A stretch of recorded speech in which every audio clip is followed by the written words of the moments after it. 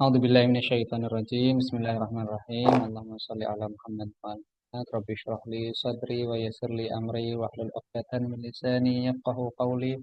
Rabbi antiqna bil huda wa alhimna taqwa. Amma ba'd. Assalamualaikum warahmatullahi wabarakatuh.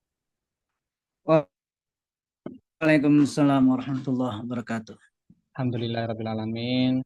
Puja puji syukur kita limpahkan kehadirat Allah Subhanahu wa taala karena atas berkat rahmatnya lah kita dapat berkumpul pada Zoom meeting di sore hari ini untuk mengikuti kajian filsafat program Ngabuburit Filsafat Islam. Ya Alhamdulillah Rabbil Alamin, kita juga pada sore hari ini memasuki pertemuan ke-10 Ustaz. Pada hari Selasa 11 Maret 2025 ini kita sudah pertemuan yang ke-11. Sebelumnya sudah ada beberapa pemateri yang mengisi acara ini juga. Salah satunya Ustaz Dr. Khalid Al-Walid sebagai eh, Deputi Perguruan Tinggi Al-Mustafa, juga Profesor Dr. Husin Mutaki sebagai Direktur Yayasan Hikmat Al-Mustafa, juga ada Profesor Dr.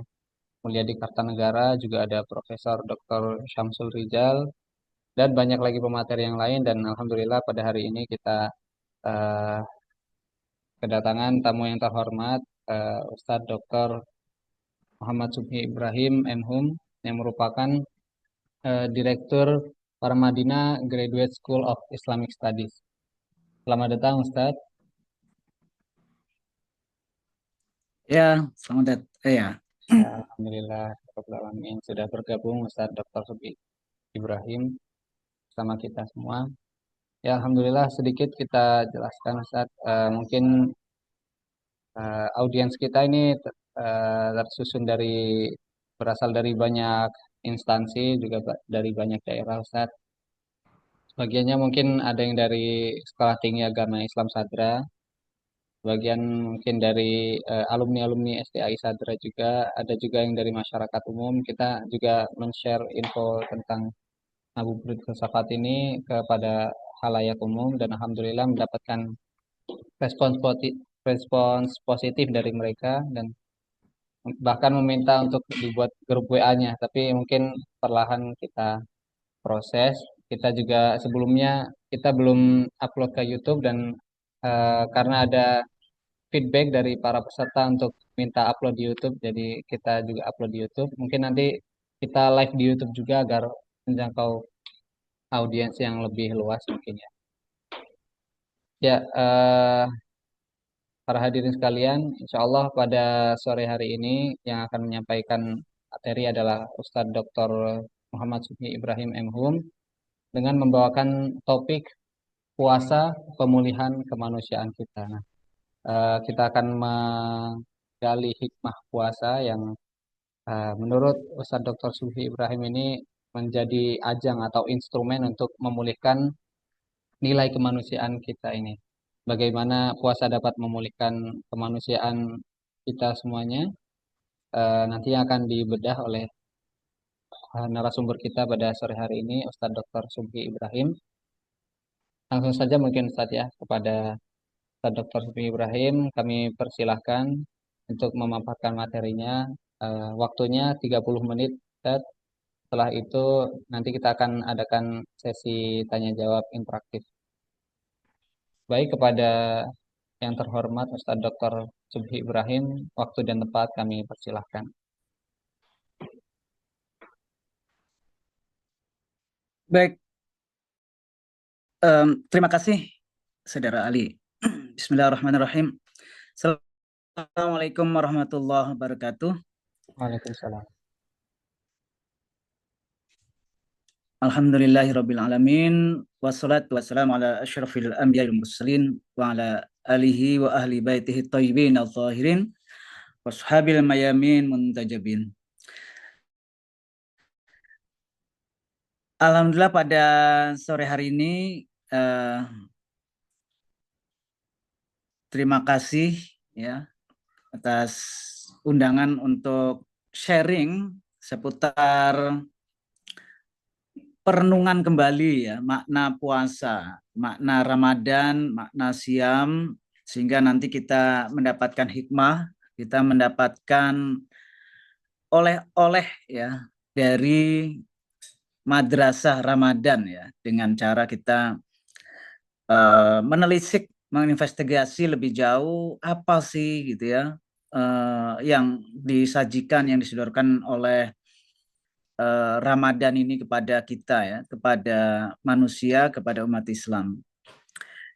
Pada kesempatan ini rekan-rekan, Bapak, Ibu semua, saya ingin menyampaikan sharing ya seputar puasa sebagai pemulihan kemanusiaan kita ya.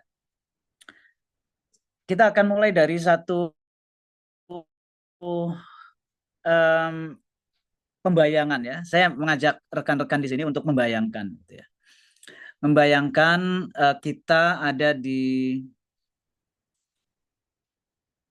kalau di Jakarta Ragunan ya, kebun binatang ya. Jadi kalau Ustadz Ali ini pernah nggak Ustadz ya ke Ragunan ya, pernah ya pasti ya, Pernah beberapa kali Ustaz. beberapa kali ya. Nah, ketika kita masuk ke situ, kita akan bertemu dengan banyak binatang kan di situ ya. Ada singa, ada simpanse dan seterusnya gitu ya. Kita banyak menemukan ragam binatang di sana. Nah, ketika kita melangkah masuk ke kebun binatang, ada satu pertanyaan ya. Binatang apa yang paling sadis, yang paling yang paling mengerikan ya, yang ada di kebun binatang? Yang paling buas, paling sadis gitu ya. Komodo. Kira-kira apa? Komodo. Komodo ya. Komodo. Ada komodo. Komodo itu kalau menggigit katanya kan liurnya itu kan beracun ya, bisa langsung memakan gitu ya. Apakah betul komodo? Komodo kan hanya menggigit ya mungkin ya. Lalu kemudian ya dimakan. Itu seperti ini juga kan, sama seperti ular juga kan, sama ya, seperti itu kan. Ada lagi apa? Singa ya, singa itu kalau menemukan mangsanya dia akan kejar, dia akan cabik, dia dan kemudian dimakan gitu ya. Rata-rata ya binatang buas itu seperti itu ya. Cara mereka membunuh dan memangsa mangsanya gitu. Nah, coba kalau kita renungkan ya, kalau kita renungkan, kita sendiri kan adalah hewan ya, betul nggak? Kalau dalam mantik itu kita disebutnya hayawan menaltik gitu ya. Jadi kita sendiri hewan tuh. Jadi kita juga harus dihitung dong ya. Kita juga harus dihitung tuh yang masuk ke ke kebun binatang itu ya. Coba kalau kita ini ya, kalau kita bandingkan, katakanlah tadi ya, tadi siapa tadi yang mengatakan komodo? Katakanlah komodo ya. Di Ragunan ada komodo nggak? Kayaknya nggak ada ya. Oke, kita katakanlah komodo ya. Oke, komodo ya. Apakah ada komodo ya yang membunuh mangsanya itu dengan motif di luar survival, di luar hanya untuk bertahan hidup, hanya untuk makan? Ada nggak?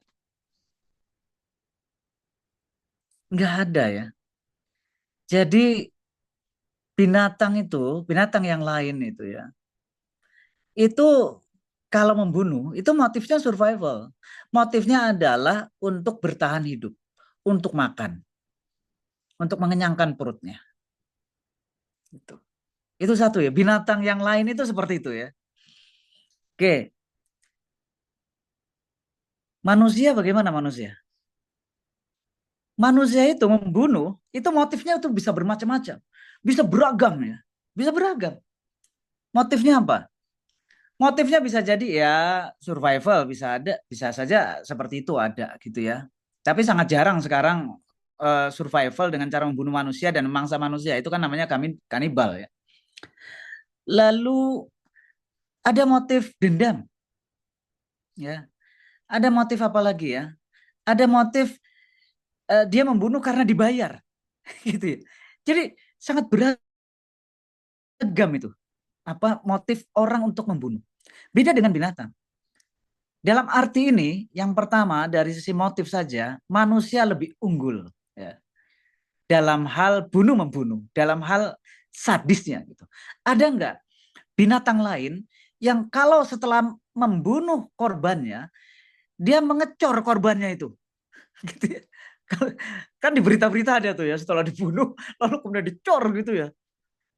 Ada enggak? Enggak ada. Gitu ya. Enggak ada. Pertama dari sisi motif ya. Lalu pun dari sisi cara. Dari sisi cara, sejak ribuan mungkin jutaan tahun yang lalu, binatang yang lain itu sama gitu ya. Cara untuk membunuhnya ya. Membunuhnya dengan cara diterkam, dicakar, dicabik, digigit gitu ya, sampai kemudian mati. Baru kemudian dimakan. Oke, dari dulu seperti itu. Sejak ribuan tahun yang lalu, sejak mungkin jutaan tahun yang lalu, binatang seperti singa, seperti komodo ya kalau tadi disebut komodo, seperti binatang berbisa ya, ular dan seterusnya. Itu cara membunuhnya ya begitu-begitu aja. Tidak ada binatang lain yang membunuh dengan cara ngebom ya. Nggak ada. Nggak ada mereka membunuh dengan menggunakan alat yang senjata tajam yang digunakan untuk menyiksa korbannya. Nggak ada. Jadi manusia ini punya kemampuan untuk membunuh secara variatif ya. Secara variatif. Ditusuk bukan hanya dicekek gitu ya, tapi dibom gitu ya. Ada yang dijerat dan seterusnya gitu. Jadi dari sisi metode membunuhnya, manusia ini melampaui apa yang dilakukan oleh binatang yang lain. Oleh karena itu, kalau kita kembali ke pertanyaan awal kita, manusia itu berarti adalah hewan yang paling mengerikan, hewan yang paling sadis, karena dia bisa membunuh dengan beragam dan bisa dengan cara yang variatif. Gitu. Oleh karena itu, maka di antara hewan-hewan yang lain, manusia inilah yang paling berbahaya. Yang paling berbahaya. Oleh karena itu, ketika Allah ingin menciptakan manusia sebagai khalifah, itu kan langsung dikomplain ya oleh malaikat ya. Wa idz qala rabbuka lil malaikati inni ja'ilun fil ardi khalifah. Qalu ataj'alu fiha may yufsidu fiha wa yasfiku dima gitu ya. Jadi komplain itu malaikat itu. Karena apa? Karena memang manusia ini Nah, karena itulah ketika manusia kehilangan kemanusiaannya, maka dia sangat-sangat berbahaya. Nah, Islam datang untuk salah satunya adalah untuk mengembalikan manusia ke kemanusiaannya kembali ya. Dengan cara apa? Salah satunya adalah dengan metode yang kita sebut sebagai Nah, bagaimana puasa itu mengembalikan kemanusiaan kita? Bapak Ibu rekan-rekan sekalian, tesis utama dari bagaimana puasa mengembalikan kemanusiaan kita itu adalah karena puasa mengajarkan kita untuk menidak. Nah, ini kata kuncinya, menidak. Bagaimana eksplanasi dari tesis utama bahwa puasa itu menidak, yang merupakan metode untuk membuat kita ya manusia ini kembali ke kemanusiaan kita ya. Rekan-rekan sekalian, puasa ini adalah ibadah yang sangat tua ya, setua umur manusia juga ya. Oleh karena itu dalam Al-Qur'an kan disebutkan bahwa perintah puasa itu atau tindak puasa itu juga dilakukan oleh orang-orang, oleh kaum sebelum kita ya. Dan puasa itu dilakukan secara kolosal ya oleh kita ya sekarang di Indonesia ini. Kalau umat Islam Indonesia ada berapa ini sekarang ya? 80 jutaan begitu ya. Berarti katakanlah yang sudah akil balik yang kemudian menjalankan puasa katakanlah separohnya gitu ya, 40 gitu ya atau 50 juta, maka sesungguhnya kalau itu dilakukan secara benar dan tepat maka dia akan membuat transformasi besar dalam kehidupan berbangsa dan bernegara. Nah, tapi kan ternyata tidak selalu seperti itu ya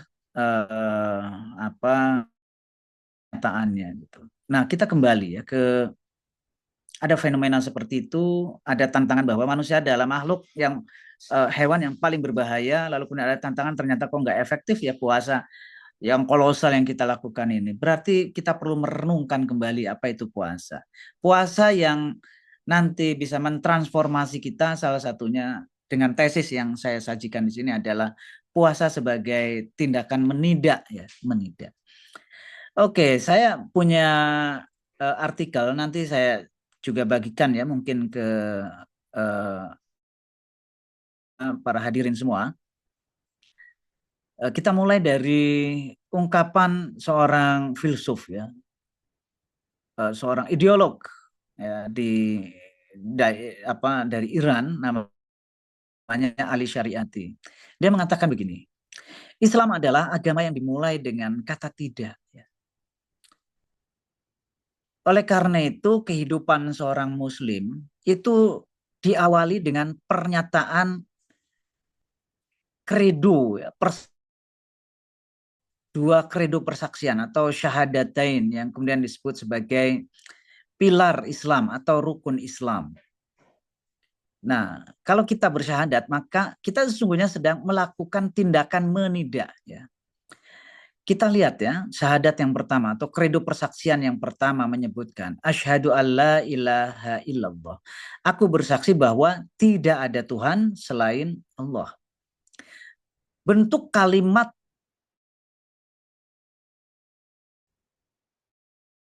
pertama ini meminjam istilah Profesor Nurholis Majid ya, Cak Nur, cendekiawan Muslim, guru bangsa kita. Bentuk kalimat itu adalah nafi isbat atau negasi dan konfirmasi. Iman teologis Muslim itu dimulai dari situ sebenarnya, dari la ilaha illallah. La ilah ya. Yang pertama menafikan.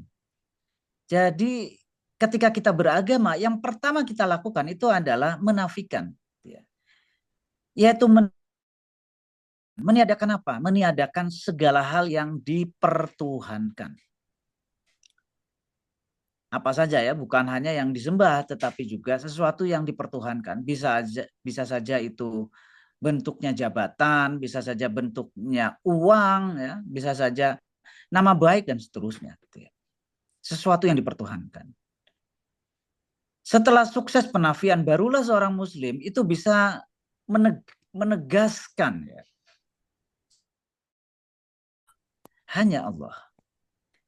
Oleh karena itu kita lihat ya, sikap menidak merupakan, nah ini kalau memakai kerangka berpikir seorang filsuf barat namanya Immanuel Kant ya, memakai istilah Kantian, sesuatu yang transendental atau syarat kemungkinan pengesaan Tuhan atau tauhid. Jadi sebelum illallah, sebelum menegaskan ketauhidan, kita itu la ilah dulu gitu ya, menidak. Maka seluruh jagat ritus ibadah Islam itu mencerminkan penidaan itu, termasuk ibadah puasa kita. Ibadah yang kita lakukan selama bulan Ramadan ini. Ini pun berciri menidak. Ya. La ilah juga gitu ya. Penidaan dalam ibadah tampak juga itu dalam puasa ya. Pada tahap yang paling dasar, pada elementernya, puasa adalah gejala terhadap determinasi biologis ya. Determinasi biologis apa yang dimaksud? MMS ya, kalau mau disingkat ya. Jadi selama puasa ini kan kita hanya menahan 3 itu saja kan, MMS, selama rentang waktu tertentu. Makan, minum, dan seks. Itu saja. Menidak dalam puasa itu bukan dalam arti penidaan mutlak atau pengharaman ya. Makan minum tetap boleh gitu, tetapi menahan diri atau al-imsak untuk tidak menjamah 3 dorongan biologis purba manusia itu dalam jangka waktu tertentu. Tindakan menidak secara sadar dalam puasa itu merupakan pembuktian bahwa manusia itu berbeda dengan binatang yang lain yang dia terdeterminasi, dia itu sangat dipengaruhi secara total oleh insting naturalnya gitu ya. Kalau seekor ayam gitu ya, kalau dia menemukan makanan, dia langsung makan ya. Dia tidak bisa menahan dirinya gitu ya untuk tidak makan. Menidak adalah khas manusia. Nah, itu kata seorang filsuf barat namanya Jean-Paul Sartre ya. Dengan puasa, seseorang melampaui kategori bashar atau manusia biologis. Nah, ini kita ingat ya, kalau Allah itu dalam Al-Quran menyebut bahwa Nabi Muhammad itu adalah bashar. Bashar manusia biologis gitu ya. Jadi dengan puasa kita melampaui ciri biologis kita. Berpuasa mengangkat sejenak seseorang dari ciri kebertubuhannya, kejasmaniannya, kejasadannya, dan menjadi makhluk rohani. Nah, ini penting ya, makhluk rohani ini, karena sesungguhnya kita itu adalah makhluk rohani, makhluk spiritual. Kenapa kita bisa mengatakan bahwa manusia adalah makhluk spiritual atau makhluk langit lah begitu ya? Karena kita hidup topang oleh apa? Oleh ruh ilahi gitu ya. Dalam Al-Quran disebutkan sebelum kita hidup Allah mengembuskan nafasnya, rohnya gitu ya ke dalam tubuh kita. Wa nafakhtu min ruhi gitu. Jadi kita itu pada dasarnya adalah makhluk rohani. Oleh karena itu puasa itu sesungguhnya adalah semacam pelampauan, penjarakan ya, atau distansiasi ya. Penjarakan dari apa? Dari kesadaran manusia ini yang akan nanti sia-sia ya bila tidak ada tindakan spiritual rohani. Jadi kita puasa itu, puasa badan itu akan sia-sia, akan mubazir lah begitu, kalau kita tidak mengolah rohani kita dalam atau selama puasa. Kamin shaimin laisa lahu ilal ju' wal atas. Ya, itu kata Nabi ya. Betapa banyak orang berpuasa tiada ada. Agar puasa tak sia-sia, puasa mesti diiringi laku batin. Laku batin seperti apa? Itu yang kemudian disebut sebagai tazkiyatun nafas ya, pembersihan diri. Sebuah bentuk penidaan hawa nafsu. Nah, dalam bahasa Arab kita mengenal ya bahwa hawa nafsu itu terdiri dari 2 kata. Hawa itu berarti keinginan, nafsu atau nafas itu berarti diri. Dengan demikian penidaan hawa puasa itu adalah penidaan hawa nafsu yang merupakan pelampauan semesta keinginan kita yang hanya mementingkan kesenangan diri sendiri saja. Rekan-rekan sekalian, medan dialektika penidaan ya, itu bergeser. Yang tadinya kita melaksanakan ibadah itu dari puasa ya, dari puasa badani jadi puasa yang nafsani gitu ya. Puasa yang ada di wilayah jiwa. Yang ditidakkan gitu ya. Yang ditidakkan itu lebih halus ya. Yaitu bersifat psikis, menidakkan segala bentuk pikiran dan hasrat buruk. Pada level ini diperlukan daya introspeksi, bercermin diri, ya, sehingga prosesi puasa jiwa ini dimulai dari menengok ya ke bagian terdalam diri kita dengan cara muhasabah tadi ya, introspeksi. Adakah najis batin yang mengotori ruang diri? Lalu bagaimana apabila berpuasa tidak makan, tidak minum, tidak berhubungan seks gitu, tetapi misalnya berbohong gitu ya.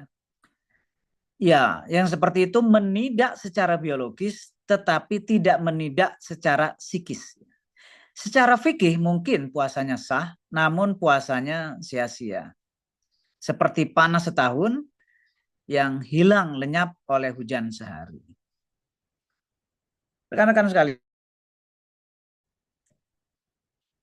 puasa itu ya tidak akan memiliki asar ya, memiliki bekas apabila puasanya hanya puasa jasadi saja. Apabila seperti ini ya, puasa sebagai madrasah atau sekolah ruhani gagal melahirkan alumni berkesadaran ilahi atau takwa, alhasil tanpa penidaan batin. Momen Ramadan sekedar rutinitas tahunan yang kehilangan fungsi transformatifnya tanpa evolusi ruhani yang mengubah perilaku baik secara individual maupun ya. Jadi cara kita untuk memulihkan kemanusiaan kita itu adalah dengan cara apa? Dengan cara kita mengambil jarak dari determinasi biologis kita, dari motif-motif atau keinginan-keinginan atau kebutuhan-kebutuhan yang paling dasar ya, paling purba yang dimiliki oleh hewan yang lain juga gitu ya. Sehingga dengan cara kita mengambil jarak itu membedakan diri dengan hewan yang lain, dan pada saat yang sama kita menidakkan semua itu dalam jangka waktu tertentu, dan itu adalah salah satu cara untuk memulihkan ya rasa kemanusiaan kita, kesadaran bahwa kita adalah makhluk Allah, kita adalah khalifatullah yang memiliki peran di muka bumi ini, tidak hanya untuk makan, minum, dan seks saja, tetapi juga untuk sesuatu yang lebih dari itu, yaitu melakukan sesuatu yang baik ya untuk perbaikan di muka bumi, baik secara individual maupun sosial. Ya. Baik, kira-kira seperti itu ya, Ustadz Ali. Yang saya sampaikan mungkin kita bisa sambung dengan diskusi ya. Silakan. Ya. Baik, saya terima kasih atas materinya yang mungkin bisa jadi pengantar untuk dialog interaktif yang lebih hidup ya bagi para hadirin. Baik, para hadirin dipersilahkan bagi yang ingin menanyakan atau menanggapi atau bereaksi terhadap materi-materi yang dipantik oleh Dr. Subihi Ibrahim.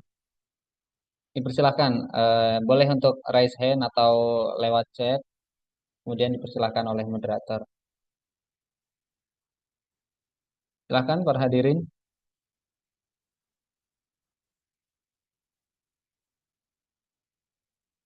Ya, tadi saya ada menggarisbawahi satu kalimat yang menarik ya, Ustaz. Saya izin mengulangi sedikit.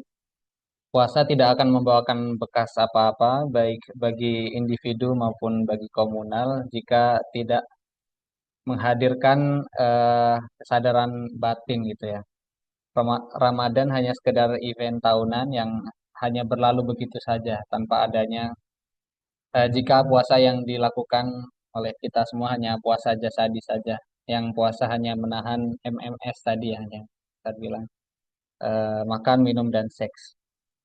Itu sangat menarik Ustadz dan harusnya bisa ditanggapi secara menarik oleh para hadirin. Ini mungkin ada satu pertanyaan dari Ibu Nia Hairani. Izin saya bacakan Ustadz. Izin Ustadz, contoh mengambil jarak sehingga bisa menjadi manusia ruhani 100% itu yang bagaimana ya? Terima kasih. Itu dari Ibu Nia Ustadz. Oke, baik, Bu Nia, terima kasih ya.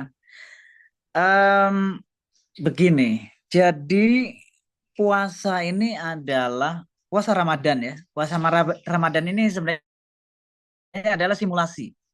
Simulasi dari kehidupan kita sehari-hari. Jadi ini semacam apa ya? Semacam sekolah ya. Makanya disebut madrasah ruhani kan.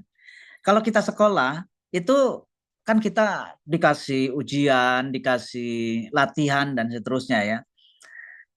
Tetapi itu bukan sesungguhnya gitu. Bukan kehidupan yang sesungguhnya. Kalau kita sekolah itu, kita belajar matematika gitu ya, wah sulit gitu ya dan seterusnya gitu. Kita dalam kehidupan sehari-hari nggak seperti itu kan kesulitan kita ya dengan matematika ya. Matematika itu bermanfaat untuk ngitung uang aja kan. Untuk yang lain-lain, yang kosinus segala macam nggak kepake gitu ya. Karena apa? Karena simulasi aja. Sekolah itu simulasi. Begitu juga ya Ramadan ini sebenarnya adalah momen kita melakukan simulasi ya, momen latihan sebenarnya. Nah, latihan yang dilakukan selama kita puasa itu seperti apa ya? Yang pertama, kita akan fenomena orang puasa. Orang puasa itu fenomenanya apa? Yang pertama, orang puasa itu fenomenanya adalah dia itu berniang. Dia itu niang. Jadi berniat untuk apa? Untuk berpuasa, untuk menahan diri, gitu ya. Nah, ini ciri manusia juga ya. Karena apa? Karena tidak ada satu hewan lain pun ya yang dia meniatkan diri untuk puasa, untuk menahan, untuk tidak makan, untuk tidak minum dalam satu jangka waktu tertentu. Ya, memang ada beberapa hewan ya yang memang terkait dengan apa namanya, dengan kehidupan mereka ya. Misalnya ada ular tertentu yang puasa ya, yang nggak makan gitu ya, dalam jangka waktu tertentu ada gitu ya. Mereka itu ada juga puasa. Tetapi yang meniatkan untuk berpuasa itu cuma manusia gitu. Yang meniatkan untuk tidak berhubungan seksual itu cuma manusia. Bahkan kita misalnya di hadapan saya ini ada gelas. Sekarang ini ada gelas, ada air minumnya gitu. Hewan nggak bisa gitu ya. Untuk menahan diri itu nggak bisa. Gitu. Kalau kita lihat ya, melihat kucing aja ya, kucing ya di jalanan, lalu kemudian di jalanan ada ini ya, ada tong sampah gitu, kemudian ada makanan di situ. Ketika lapar dia langsung makan gitu, dia langsung makan. Tapi kalau kita bahkan disediakan di sini pun ya, misalnya Ustadz Ali nih bertamu ke rumah saya, lalu kemudian di bulan puasa siang-siang gitu ya, saya suguhi kopi, Ustadz nih kopi gitu ya. Mau nggak Ustadz Ali? Nggak mau kan? Kenapa gitu? Kenapa coba? Nah, itu ciri bahwa kita itu menidak, kita itu manusia. Kita itu punya kebebasan untuk menidak. Nah, itu satu ya. Jadi menyengaja untuk tidak makan, tidak minum, dan tidak melakukan hubungan seksual dalam jangka waktu tertentu itu hanya bisa dilakukan oleh manusia. Terus fenomena yang lain itu yang pertama. Terus kemudian penjarakan tadi ya, penjarakan. Kita mengambil jarak. Kita melihat bahwa dalam kehidupan sehari-hari ya, dalam kehidupan sehari-hari kita memiliki banyak keinginan ya, yang kemudian kita tafsirkan itu kadang-kadang sebagai kebutuhan tuh, Ustaz.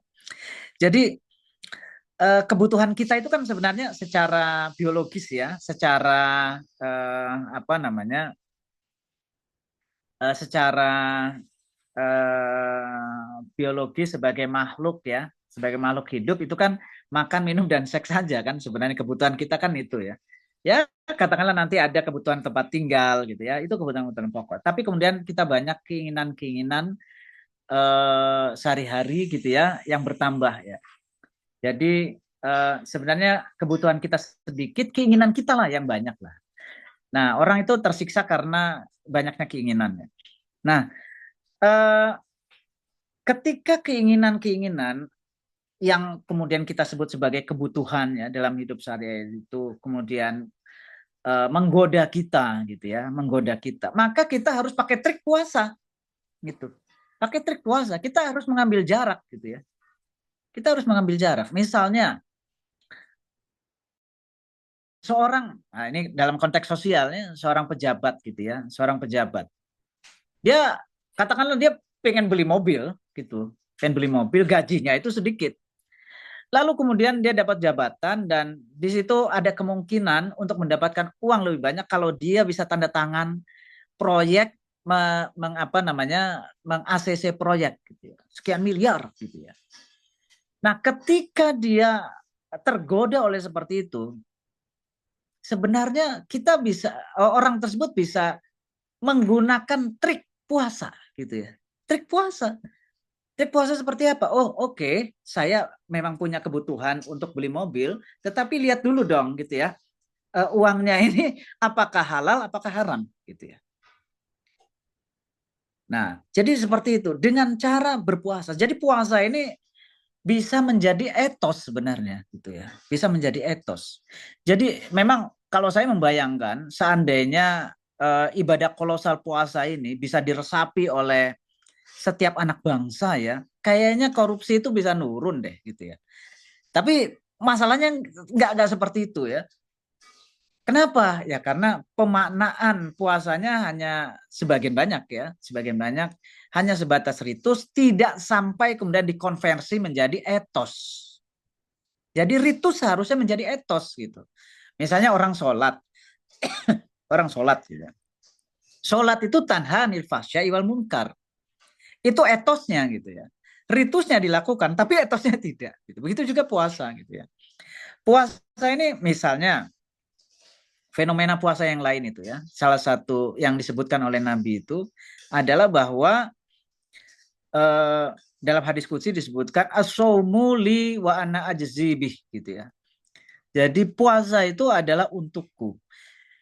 Jadi ketika kita puasa, sesungguhnya kita sedang membangun tali spiritual, ya, mengikatkan tali spiritual kita dengan yang ilahi. Kenapa? Karena ibadah puasa ini adalah ibadah rahasia. Nah ini salah satu etos puasa yang lain ya selain penjarakan tadi gitu ya. Misalnya kalau yang hadir di sini ya, saya nggak tahu tuh mana yang puasa mana yang enggak gitu ya. Saya lihat misalnya Ustadz Ali gitu ya, wah saya husnuzan aja, Ustadz Ali ini puasa gitu kan. Tapi yang paling tahu puasa atau tidaknya kan Ustadz Ali dan Allah kan gitu. Nah, jadi selama bulan Ramadan ini kita sesungguhnya sedang dilatih untuk muraqabah, untuk menghadirkan yang ilahi gitu. Kenapa? Karena banyak orang beragama, meskipun beragama tetapi kesadaran ilahinya itu tidak muncul gitu ya, tidak eling. Ketika di tempat ibadah ingat, ketika keluar dari tempat ibadah itu udah lupa lagi. Oleh karena itu ada ungkapan dari Iqbal ya, Muhammad Iqbal, seorang penyair filosof dari Pakistan itu mengatakan begini. Orang ateis itu lebih baik daripada orang beragama yang tidur di rumah Tuhan. itu ungkapan ekstrim ya. Kenapa Iqbal mengatakan seperti itu? Karena begini, orang ateis itu orang yang digambarkan ya, sebagai orang yang selalu menentang keberadaan Tuhan. Tidak ada satu detik pun dia melepaskan diri untuk tidak menegasikan untuk meniadakan Tuhan. Artinya ketika dia melawan Tuhan, sesungguhnya dia akan mengingat Tuhan kan. Gitu. Jadi seperti itu. Jadi dia ingat Tuhan terus. Itu lebih baik daripada orang beragama yang kesadaran, ingatan, kenangan, gitu ya, zikirnya kepada Tuhan, kepada Allah itu hilang. Seperti halnya orang beragama yang tertidur di rumah Tuhan. Jadi lagi-lagi kalau kita mau secara praktis ya, secara praktis menggunakan puasa dalam kehidupan sehari-hari itu bisa ya. Bisa dengan cara apa? Dengan cara tadi itu menjadikan puasa itu sebagai etos ya. Oh ya, saya harus mengambil jarak terlebih dahulu gitu ya dari apa yang disebut sebagai kebutuhan kita, apa yang disebut sebagai keinginan-keinginan kita, karena jangan-jangan keinginan kita itu tidak diridhoi oleh Allah gitu. Nah, dengan cara seperti itu kita sebenarnya sedang mengukuhkan kemanusiaan kita yang melupakan makhluk rohani gitu. Itu kira-kira ya.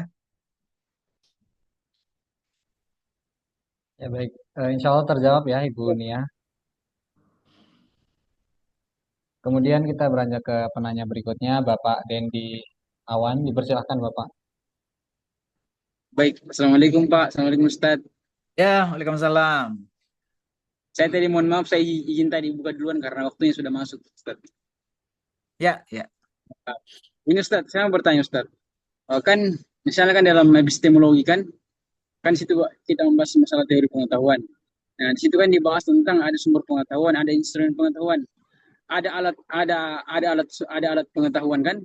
Contohnya sumber pengetahuan kan alam, akal, hati. Kemudian hati ini juga sebagai sekaligus instrumen pengetahuan dalam artian ma'rifatun nafs. Nah, bagaimana ma'rifatun nafs ini dalam kehidupan sehari-hari bisa artinya kita bisa merealitaskannya, murni kita bisa objektifkannya, kita bisa jangkau itu dalam kehidupan praktis, apalagi dalam keadaan sedang berpuasa. Karena itu kan sangat sangat dalam sekali itu Ustaz mengenai ma'rifatun nafs. Ya. Kita bisa jangkau realitasnya Ustaz. Terima kasih Ustaz. Ya, baik. Ma'rifatun nafs ya.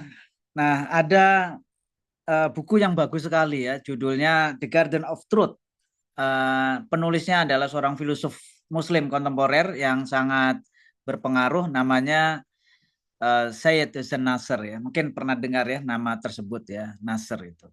Beliau mengatakan begini ya, ada satu pertanyaan yang dia akan menyerbu kita, bisa jadi sekarang, bisa jadi sudah pernah, atau bisa jadi nanti gitu ya, ketika tua gitu ya, baru pertanyaan itu menyerbu kesadaran kita dan menuntut kita untuk menjawabnya. Pertanyaan apa itu? Pertanyaan tadi itu, ma'rifatun nafas itu. Tentang apa? Tentang siapakah aku, dari mana aku berasal, kemana aku akan pergi, gitu ya, dan apa yang harus aku lakukan sekarang.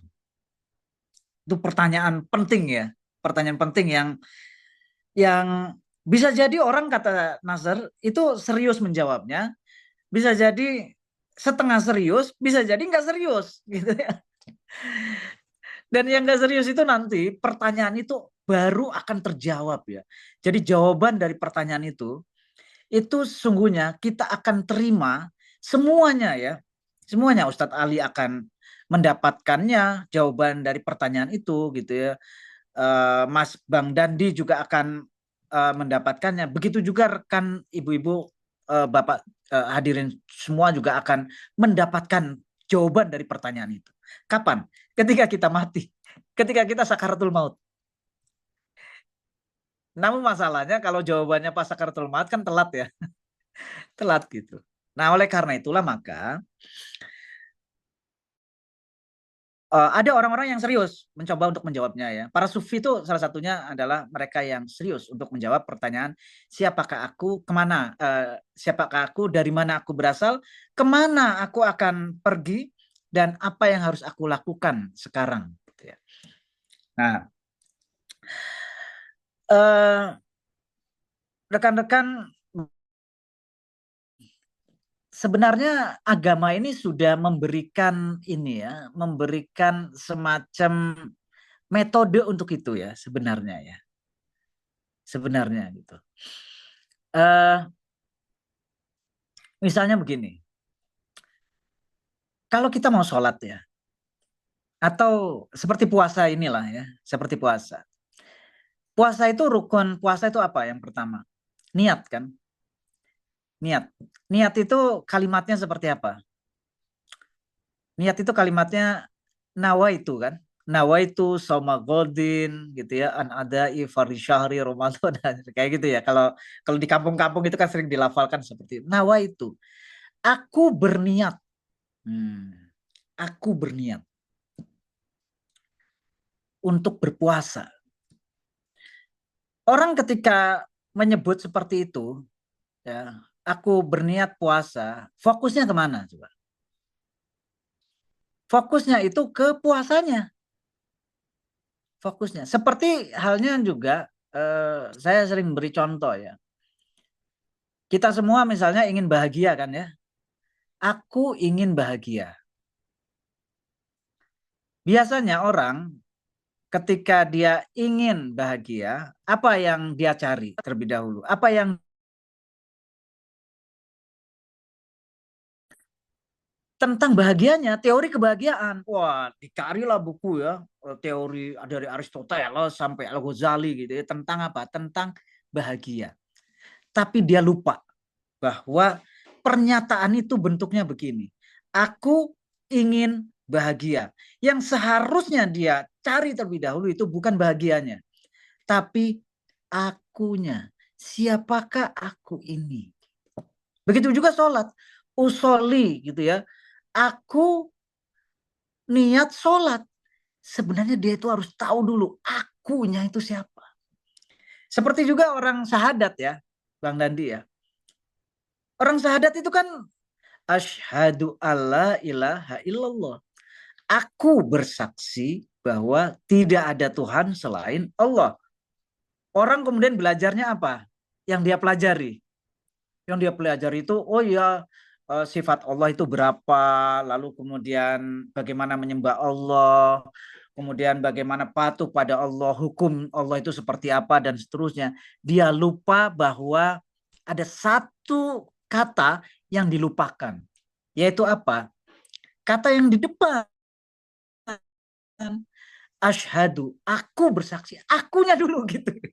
Jadi kunci dari segala sesuatu, baik itu mengetahui, berkeyakinan, beriman, beragama, bisnis, hal ukhrawi, hal duniawi, itu adalah mengenal aku. Kalau seorang sudah mengenal aku, dia akan jernih dalam melihat segala sesuatu. Nah, kita dalam beragama itu sudah sangat ini sekali ya, sudah sangat dibuat paketnya gitu supaya kita itu selalu merenungkan ya hakikat diri kita itu. Misalnya ya, ibadah sholat lah gitu ya, ibadah sholat. Ibadah sholat itu kenapa ya? Sholat itu kok dipisah-pisah? Kenapa kok tidak dijadikan di pagi hari gitu ya? Itu kan asik ya, 17 rakaat kita lakukan di pagi hari. Itu kan kayak olahraga tuh ya. Kayak gym gitu kan, 17 rakaat di pagi hari. Itu kan asik gitu ya. Tapi kenapa nggak dikumpulkan di satu waktu? Kenapa dipisah-pisah? Karena, ini salah satu hikmahnya ya, karena manusia itu suka lupa. Lupa diri. Lupa pada penciptanya. Oleh karena itulah maka dipisah-pisah. Ketika habis sholat subuh, setelah itu kita berangkat kerja kan, kuliah segala macam. Kita lupa tuh. Kita lupa karena apa? Kita terjebak dalam rutinitas keseharian, lalu lintas padat gitu ya, kerjaan dan seterusnya gitu. Kita lupa. Lalu kemudian ketika lupa itu zuhur datang. Kita diingatkan lagi. Oh iya, aku akan sholat. Aku sebagai hamba Allah harus melaksanakan sholat. Diingatkan tuh. Setelah zuhur kerja lagi gitu lanjut, lupa lagi, lupa lagi. Asar maghrib kayak gitu. Jadi ini adalah mekanisme ya, sistem ilahiyah untuk menjaga kita, menjaga manusia. manusia. Nah, pemanaan seperti ini mungkin jarang sekali ya Ustadz ya, ada di apa dibicarakan di mana, di majelis taklim ya, jarang ya.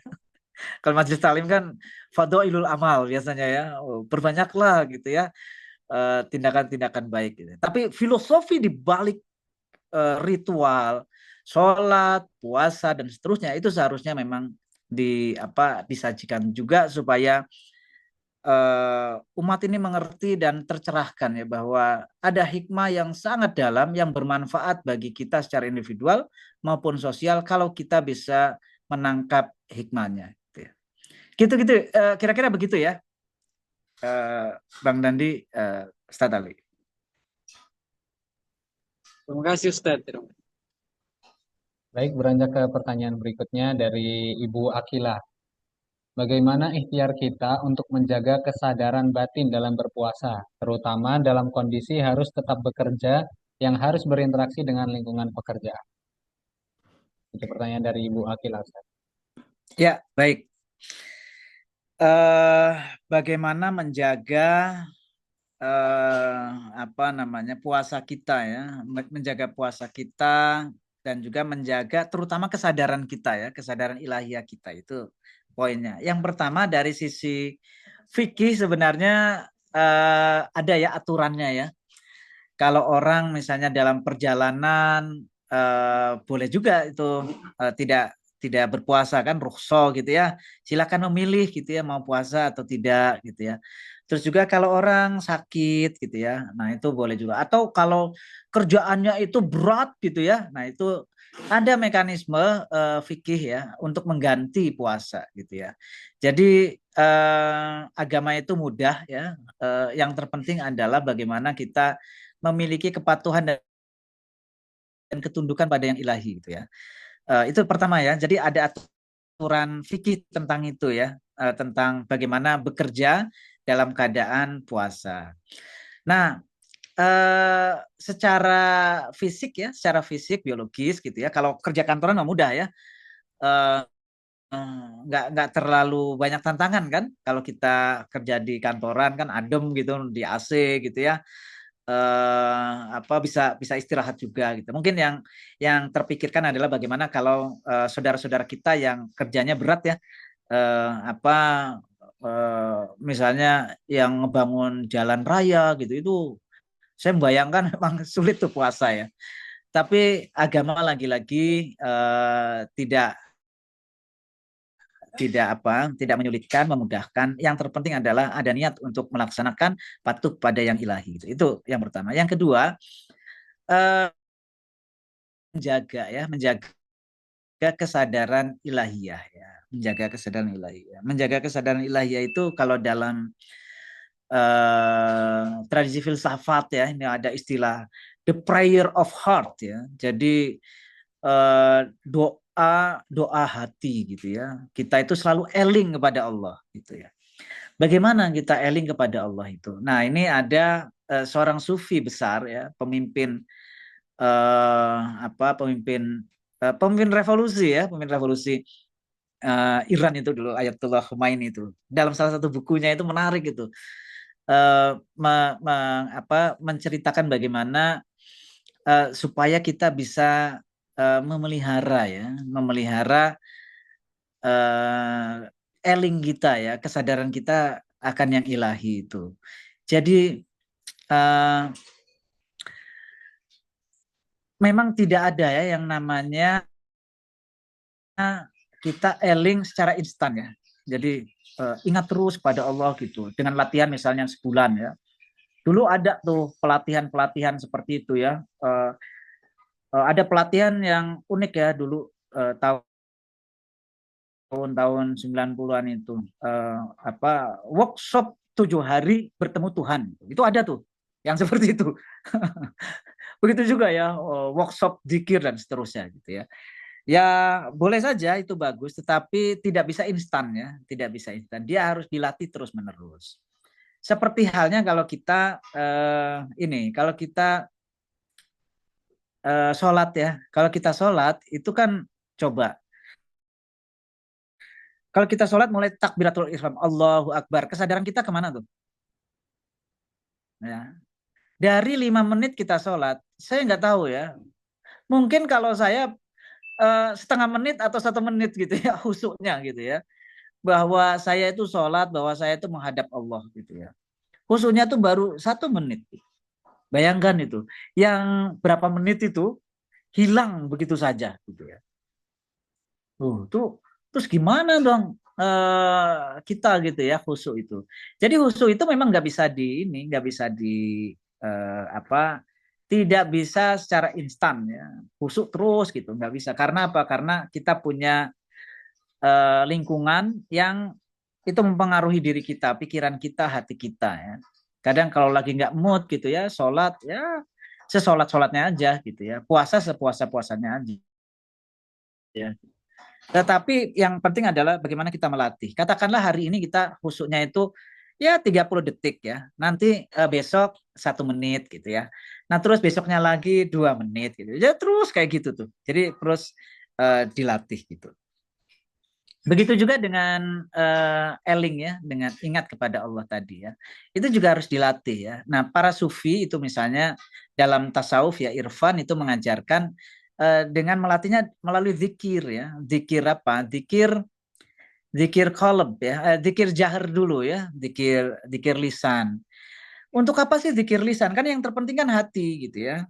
Eh, Kata sufi itu eh, kata seorang sufi mengatakan hati itu seperti bayi ya, seperti anak kecil yang belum bisa ngomong. Jadi bayi itu seperti anak kecil yang belum bisa ngomong. Dia harus diajarin. Kalau kita ngajarin anak kecil gimana caranya? Ya kitanya harus ngomong gitu ya. Papa gitu ya. Pertama mungkin si bayi mengatakan Pak, susah-susah banget tuh. Tapi lama-lama dia akan bisa. Papa. Kalau apa? Kalau dilatih terus-menerus.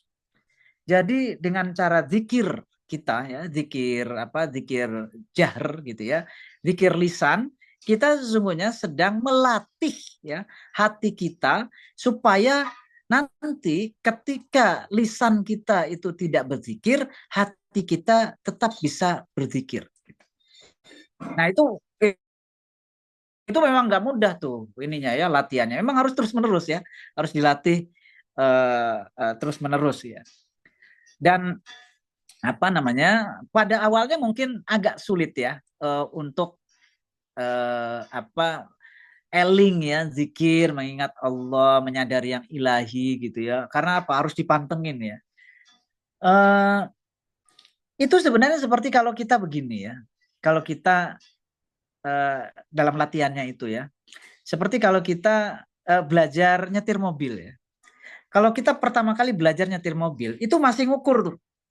Ngukur kanan kiri. Wah, jangan-jangan kesenggol gitu ya. Nggak bisa konsentrasi. Diajak ngobrol sama temen yang di sebelah saja, kalau pertama kali kita nyetir mobil, itu nggak bisa. Kenapa? Nggak konsentrasi gitu. Harus pantengin gitu ya, pantengin gitu. Begitu juga zikir itu begitu. Waktu pertama-tama kita mungkin akan apa? Akan seperti itu. Ketika zikir gitu ya, ketika zikir, lalu kemudian teman kita ngajak ngobrol gitu. Wah, ini ganggu aja gitu ya. Tapi lama-lama kalau kita latih itu seperti kalau kita sudah terlatih nyetir mobil. Nyetir mobil itu ketika kita sudah terlatih, kita enak gitu sambil nyetir mobil, sambil ngobrol, sambil dengerin musik, sambil ketawa-ketawa dan seterusnya juga, tapi tetap bisa sambil nyetir mobil. Begitu juga kalau orang sudah terlatih ya, kesadaran ilahiyahnya itu seperti dilatih selama bulan puasa ini gitu ya. Itu akan akan apa, akan mudah nantinya gitu ya. Ketika ada orang ngajak ngobrol, ketika ngobrol sekalipun hatinya tubuhnya ngobrol dengan apa, dengan manusia, hatinya ngobrol dengan yang ilahi. Nah, itu bagaimana caranya? Latihan gitu ya, nggak bisa instan ya pasti ya. Yang instan-instan itu hanya jualan aja biasanya. Itu biasanya motivator gitu ya, yang instan-instan ya. Tapi sesungguhnya perjalanan ruhani itu adalah perjalanan seumur hidup. Jihadun nafas itu jihad yang terbesar dan itu kita jalani sepanjang hidup. Begitu ya, Ustaz ya. Ya, terima kasih. Insya Allah sudah terjawab ya Ibu Akila.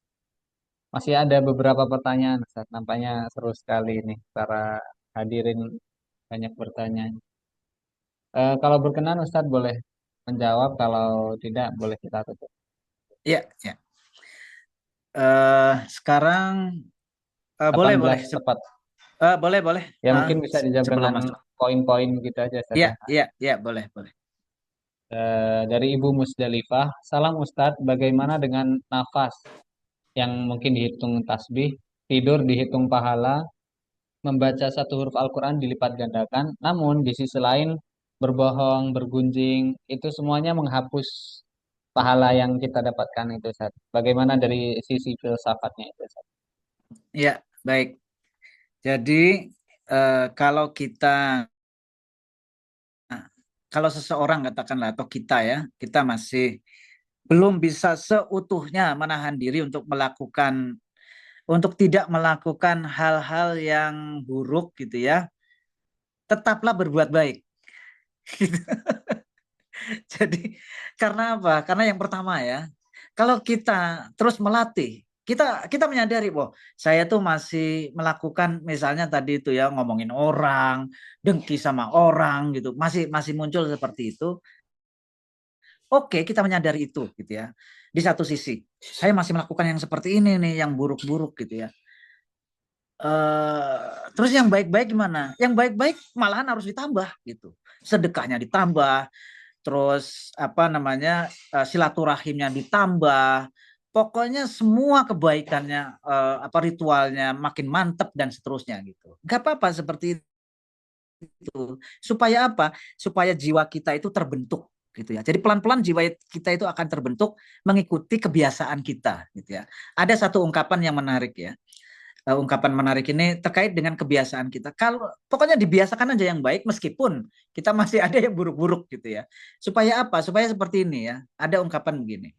Saya lupa ini kutipannya dari seorang filosof juga. Jagalah pikiranmu karena pikiranmu itu akan menjadi ucapanmu ya. Jagalah ucapanmu karena ucapanmu akan menjadi tindakanmu.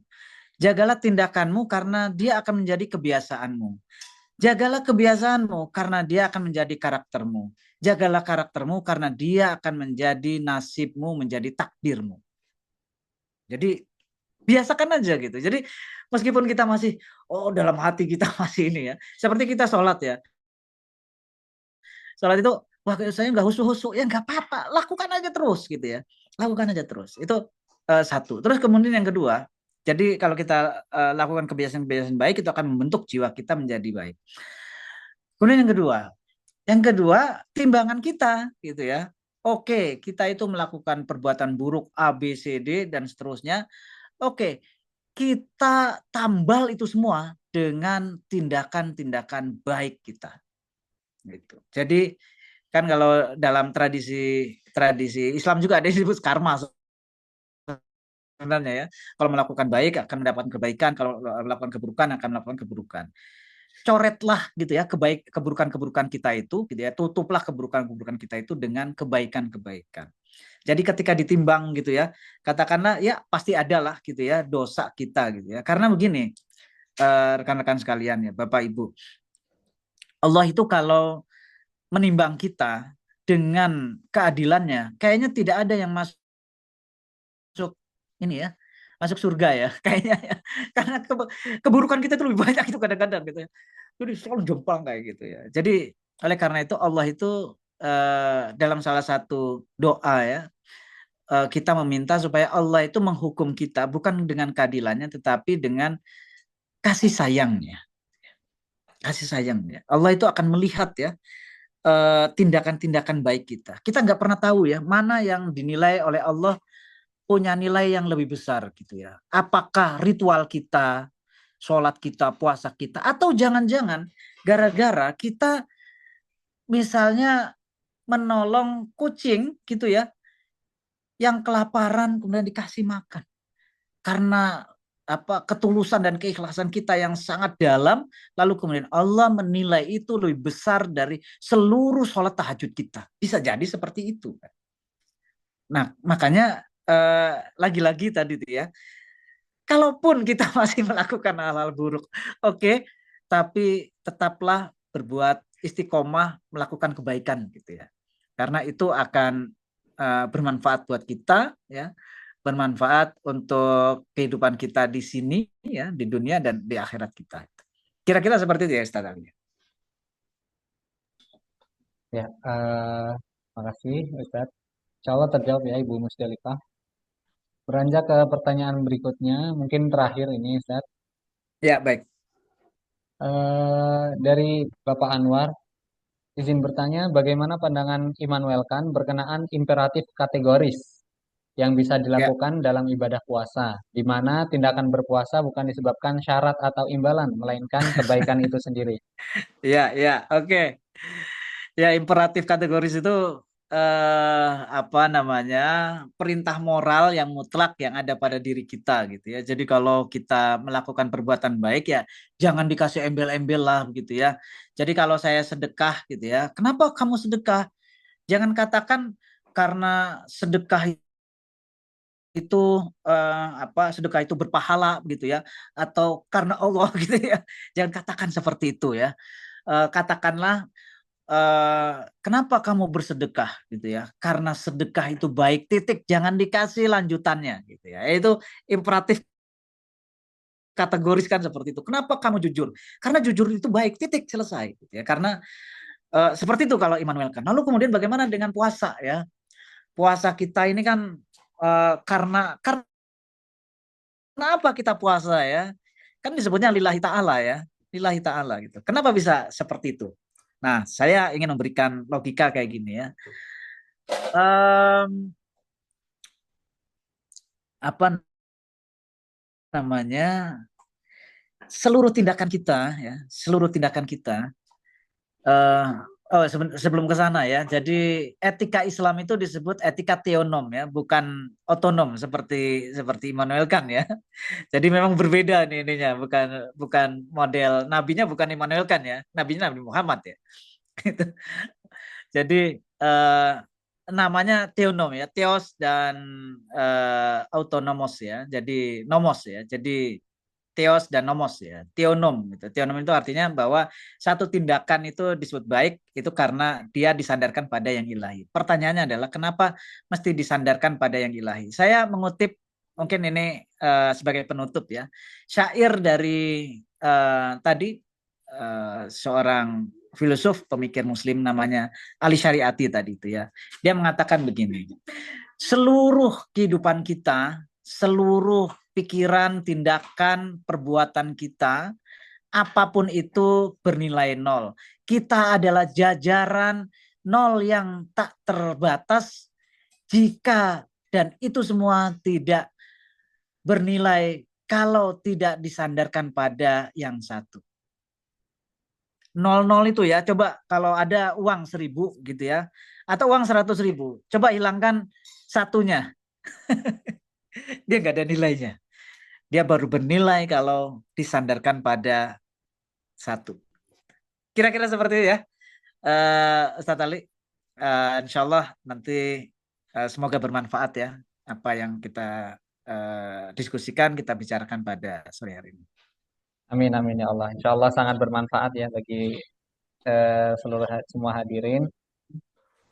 Menarik tadi closing statementnya Ustaz. Kita semua jajaran nol, tak ada artinya tanpa bersandar pada yang satu. Keren Terima itu kasih Ustaz. Ustaz. Ya, Ya, Jajaran untuk nol. ya mungkin sebagai penutup juga kita boleh membuka kamera kita untuk melaksanakan sesi foto bersama ya.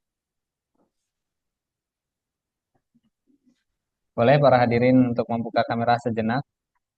Kita ambil mengabadikan momen kita pada sore hari ini.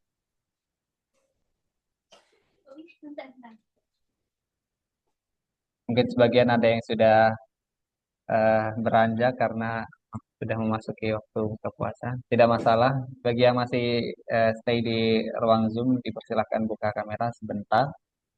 Kita mau mengambil foto. Oke, kita ambil foto. 1, 2, 3. Ya. Terima kasih kepada para hadirin. Terima kasih kepada pemateri Bapak Suki Ibrahim yang sudah meluangkan waktunya dan berikan pencerahan bagi kita dan insya Allah menumbuhkan kembali dan menyadarkan kembali akan makna kemanusiaan yang kita miliki. Dan mudah-mudahan kita semua setelah mengikuti kajian ngabuburit filsafat Islam ini lulus dari Madrasah Ramadan dengan nilai summa cum laude. Mudah-mudahan. Amin, amin. Mudah-mudahan nanti kita juga Ya, bisa melampaui sidang ini ya mungkin ya sidang skripsi atau sidang tesis di malam Lailatul Qadar nanti dengan lancar, insya Allah berkat amin, amin. mengikuti eh, berkat mengikuti kajian kita pada sore hari ini. Sekali lagi terima kasih kami ucapkan terlebih kepada Ustadz Dr. Subhi Ibrahim dan kami mewakili Deputi Perguruan Tinggi Al Mustafa dan juga Asosiasi AFI Indonesia mengucapkan mohon maaf jika ada kesalahan atau kurang-kurang dalam acara kita pada sore hari ini. Saya Ali Falakul Isba selaku moderator izin undur diri. Terima kasih. Wabillahi taufik wal hidayah. Wassalamualaikum warahmatullahi wabarakatuh. Waalaikumsalam warahmatullahi wabarakatuh. Terima kasih semuanya. Terima kasih Ustadz. Ya, Selamat berbuka puasa ya, bagi ya. semuanya. Assalamualaikum warahmatullahi wabarakatuh.